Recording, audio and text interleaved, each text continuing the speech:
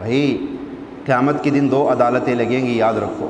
ایک اللہ کی عدالت ہوگی اور ایک مخلوق کی عدالت ہوگی۔ اللہ کی عدالت میں عام معافی کا اعلان ہوگا، عام معافی دی جائے گی،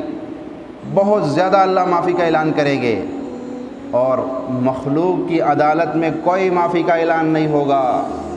مخلوق کی عدالت میں کوئی معافی کا اعلان نہیں ہوگا۔ آپ کہو گے اللہ معاف کر دے، اللہ کہے گا نہیں میرے بندے، ظلم تو اس کے ساتھ کیا ہے، اس سے معافی مانگ، اگر وہ معاف کرتا ہے تو میں بھی معاف کر دوں گا۔ وہ کہتے ہیں نا لوگوں کو دیے ہوئے چکر کعبے کے چکروں سے معاف نہیں ہوتے، کہ آپ لوگوں کو چکر دو گے اور پھر کعبے کے گرد چکر لگا کے کہو گے معاف ہو گئے، نہیں نہیں، کعبے